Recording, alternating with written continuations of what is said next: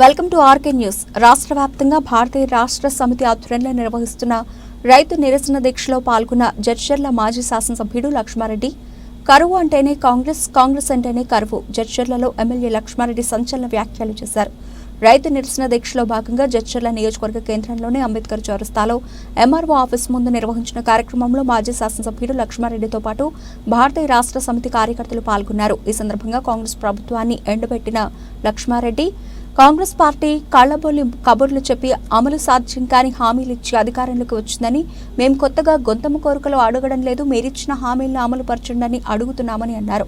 10 సంవత్సరాల బీఆర్ఎస్ పరిపాలనలో ఒక గుంట పొలం కూడా ఎండిపోలేదు, కానీ 4 నెలల కాంగ్రెస్ పాలనలో వరి పొలాలన్నీ ఎండిపోతున్నాయని అన్నారు.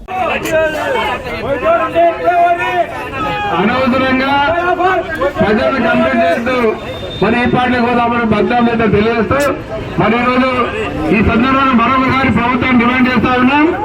మనం పార్టీ చేసిన రాష్ట్ర వ్యాప్తంగా డిమాండ్ ఏంటంటే రైతులకు వెంబడి ఏంటంటే మీరు వాగ్దానం చేసిన అవన్నీ కూడా అమలు చేయాలి. మరి రైతులకు 15,000 రైతు బంద్ చేయాలి. తర్వాత 2 లక్షల రూపాయలు రుణమాఫీ చేయాలి. తర్వాత 500 రూపాయలు బోనస్ కూడా వెంబడి అమలు చేయాలని తను డిమాండ్ చేస్తూ తెలుసు. జై తెలంగాణ, జై కేసీఆర్. ఏ రైతు కూడా ఒక్క గుంట కూడా వండిపోలే, ఒక బడి కూడా ఎండిపోలే. మన దేశంలోనే ఎక్కడ ఏ ముఖ్యమంత్రి అయినట్టు విధంగా మన ముఖ్యమంత్రి కేసీఆర్ గారు రైతు బాగుంటేనే రాష్ట్రం బాగుంటుంది దేశం వారి ఆలోచనతో రైతు బాగుండాలి, వ్యవసాయం బాగుండాలి, వ్యవసాయాన్ని పండుగ చేయాలనే ఉద్దేశంతో వ్యవసాయ రంగానికి ఎంతో ప్రాధాన్యత ఇచ్చి ఎన్నో కార్యక్రమాలు చేపట్టడం జరిగింది. మన 10 సంవత్సరాల్లో మనం ప్రభుత్వం చేసే కార్యక్రమాల ద్వారా రైతులకు ఎక్కువ పంట వండి ఎక్కువ పంట మార్కెట్కి వచ్చింది కాబట్టి 7 కోట్ల రూపాయలు ఆదాయం వచ్చింది. అది కూడా మాదే అంటారు వాళ్ళు,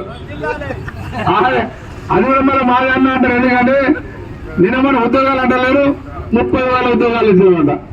మొన్న యూనివర్సిటీ పిల్లలు మాట్లాడారు, సిగ్గుశాలం ఉండాలని మాట్లాడుతున్నారు. ఎవరికో కొడితే ఎవరో చెప్పారు చెప్పుకున్నట్టున్నది. మరి మీ టైంలో ఒక్క నోటిఫికేషన్ ఇవ్వకుండా పెళ్ళే కాకుండా పిల్లలు ఎట్లా కొడుతున్నారు అంటున్నది. మనం చూసి అయ్యా మనం మీ నంబర్ వాళ్ళని తెగడం పెట్టాం మన సందర్భాల్లో. ఇప్పుడు 2004 నుంచి 8 వరకు అవి ఇప్పటికీ చెక్కులు ఎదుర్కొని ఉన్నాయి. కానీ మన తర్వాత కాంగ్రెస్ గవర్నమెంట్ కంటే జగిత్యాల మిడిల్ మండల ఉత్తూరు దగ్గర వాళ్ళని కొట్టుకుపోయినాయి. వాళ్ళ చేతగాని దాని వల్ల వాళ్ళ రైతుల పడ్డ నిర్లక్ష్యం వల్ల ఈరోజు ఈ దుస్థితి ఏర్పడ్డది. అదే కేసీఆర్ ఉంటే పొద్దున్న లేసి ఎప్పటికప్పుడు రైతుల గురించి ఆలోచించి రైతులకు ఎట్లా న్యాయం చేయాలి, రైతులు ఎట్లా బాగుపడాలి, రైతులు ఎట్లా సంతోషంగా ఉండాలి ఆలోచించి కార్యక్రమాలు చేపట్టడం జరిగింది.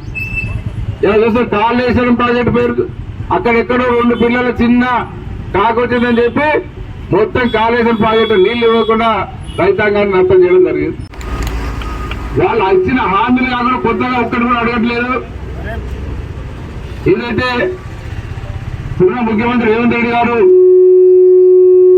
ఆ పార్టీ నాయకులందరూ కేంద్ర పార్టీ నాయకులతో పాటు సోనియా గాంధీ, రాహుల్ గాంధీతో పాటు మరి రాష్ట్ర కాంగ్రెస్ పార్టీ నాయకులందరూ కూడా రైతాంగానికి పెద్ద ఎత్తున హామీలు ఇవ్వడం జరిగింది. అంత ప్రాంతాలు అయిపోయింది.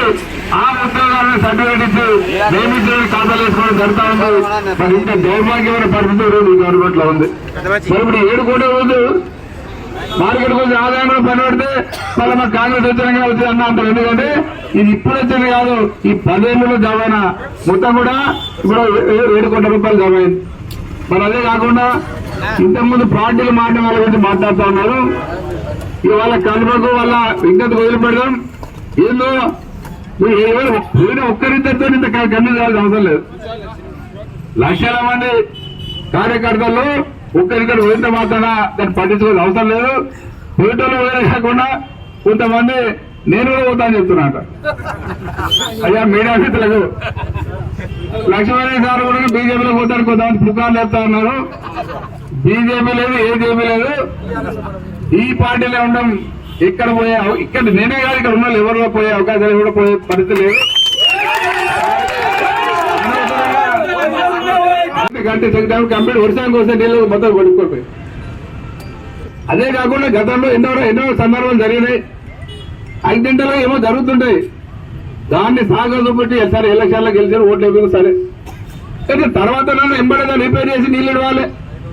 దాన్ని ఇసుక సంతులు వేసి అడ్డం టెంపరీ కట్టగట్టి నీళ్ళు ఇచ్చే అవకాశం ఉంది, అది కూడా చేయలే. దాంతో లక్షల ఎకరాలకి ఇలా పంట నష్టం జరిగింది. రైతులంతా లబోదిబో మొత్తుకుంటా ఉన్నారు. మీ దరిద్రం రాజకీయాల కొరకు, మీ దరిద్రం అయితే మమ్మల్ని బంధనం చేయడానికి, టీఆర్ఎస్ పార్టీని బంధనం చేయడానికి ఇలా రైతులందరూ ఇబ్బంది పెడతా ఉన్నారు. మరి దాన్ని పెద్ద చూపిస్తున్నారు. నిన్న కేసీఆర్ క్లియర్ గా చెప్పిండు, 300 పిల్లర్లు అవి మొత్తం ఆ ప్రాజెక్ట్ మొత్తం కాళేశ్వరంలో, దాంట్లో 2 పిల్లర్లు మాత్రం ఇబ్బంది జరిగింది. అదే కాకుండా దాదాపు 200 షట్టర్స్ ఉన్నాయి అక్కడ, గేట్లు 200 షట్టర్ల కాడ ఒక్క షట్టర్ దగ్గర ప్రాబ్లం అయింది. అయ్యా మీరు రైతు బంధు తీసుకోకండి, మా ప్రభుత్వం వచ్చినప్పుడే ఇప్పుడైతే 10,000 వస్తుంది మీకు, మరి మా ప్రభుత్వం వస్తే 15,000 రైతు భరోసా కార్యక్రమం పేరు మీద అందించడం జరుగుతుందని చెప్పడం జరిగింది. రుణమాఫీ మా ప్రభుత్వం వస్తేనే 9వ తారీఖు నాడు మీకు అందరు కూడా 2 లక్షల రూపాయల రుణమాఫీ చేస్తాం. మీరు ఎంబడి బ్యాంకులకు అందరూ 2 లక్షలు తెచ్చుకోండి, మేము వచ్చినప్పుడే మాఫీ చేస్తామని చెప్పడం జరిగింది. అట్లాగే వరితో పాటు అన్ని పంటలకు సంబంధించి క్వింటాలకు 500 రూపాయలు బోనస్ ఇస్తామని హామీ ఇవ్వడం జరిగింది. మొదటి రోజు నుంచే మిగతా అన్ని కూరగాయలతో పాటు రైతులు బాగుండాలని ఆలోచన చేసి ఎన్నో కార్యక్రమాలు చేపట్టి రైతులను ఆదుకోవడం జరిగింది. ఆ 10 సంవత్సరాలు రైతులు సంతోషంగా జీవనం గడిపారు. మళ్ళీ గత 10 ఏళ్ల కంటే ముందు ఏ రోజులు ఉన్నానో మళ్ళీ అవే రోజులు కనిపిస్తా ఉన్నాయి. మరి ఈ డిమాండ్లు మాత్రమే మీరైతే హామీ ఇచ్చారో, మీరైతే మాట్లాడారో, మీరైతే అబద్ధ మాటలు చెప్పి మోసం చేసి ప్రజలతోని రైతాంగంతో ఓట్లు వేయించుకొని గెలిచిండ్రో, చెప్పిన మాటలు మాత్రమే అమలు చేయండి, రైతులు ఆదుకోండి ఈ సందర్భంలో డిమాండ్ చేయడం జరుగుతా ఉంది. మరి రైతులందరూ రోడ్ల మీద కొంచెం పని సరిపడ్డది. 10 సంవత్సరాల తర్వాత మళ్ళా ఎండిపోయిన వర్షాలు చూసే దుస్థితి ఏర్పడ్డది. ఈరోజు ఈ 10 సంవత్సరాలు మన ప్రభుత్వంలో ఉన్నప్పుడు వ్యవసాయ రంగానికి ఒక సువర్ణ అక్షరాలతో లిఖించిన శకం అది. చూసినా మళ్ళీ జనరేటర్లు కనిపిస్తున్నాయి, ఇన్వర్టర్లు కన్వర్టర్లు కనిపిస్తున్నాయి. ముఖ్యంగా మోటార్ రీవైండింగ్ షాపులని బంద్ అయ్యింది, ఫుల్ గిరాకీ మూసుకపోయిన మోటార్ రివైండింగ్ షాపులు ఏదైనా అని కూడా బంద్ అయింది. ఇప్పుడు అవన్నీ కూడా మళ్ళీ కనిపిస్తా ఉన్నాయి.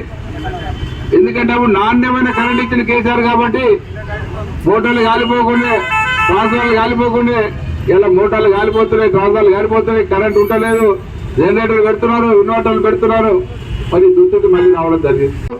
రైతుల ఆలోచన, రైతుల అభివృద్ధిని దృష్టిలో పెట్టుకొని మిషన్ కాకతీయ కావచ్చు, 24 గంటల కరెంటు కావచ్చు, రైతు బంధు గాని, రైతు బీమా గాని, అట్లాగే ప్రాజెక్టులను నిర్మాణం చేసి రైతాంగాన్ని నీళ్లు ఇవ్వడం జరిగింది. మరి ఏం చేయట్లేదు వాళ్ళు, కేవలం మభ్య పెట్టి మాయమాటలు చెప్పి మోసం మాటలతోనే అధికారులకు వచ్చి రైతులు నిర్లక్ష్యం చేస్తా ఉన్నారు.